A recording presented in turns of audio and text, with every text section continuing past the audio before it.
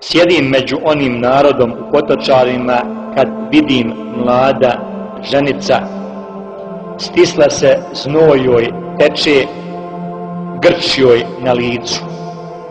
Priđem, pitam je šta ti je šćeri, a ona kaže: neno, porađam se. Kažem joj: de sine, upati se jednom rukom za me, a drugom rukom za svoju svekrvu, ne bi li lakše rodila? Tako i bi oduprije se žena na nas i muško dijete zaplaka. Zgrabi dijete u želji da mu zavežem kupak kad četnik preda me.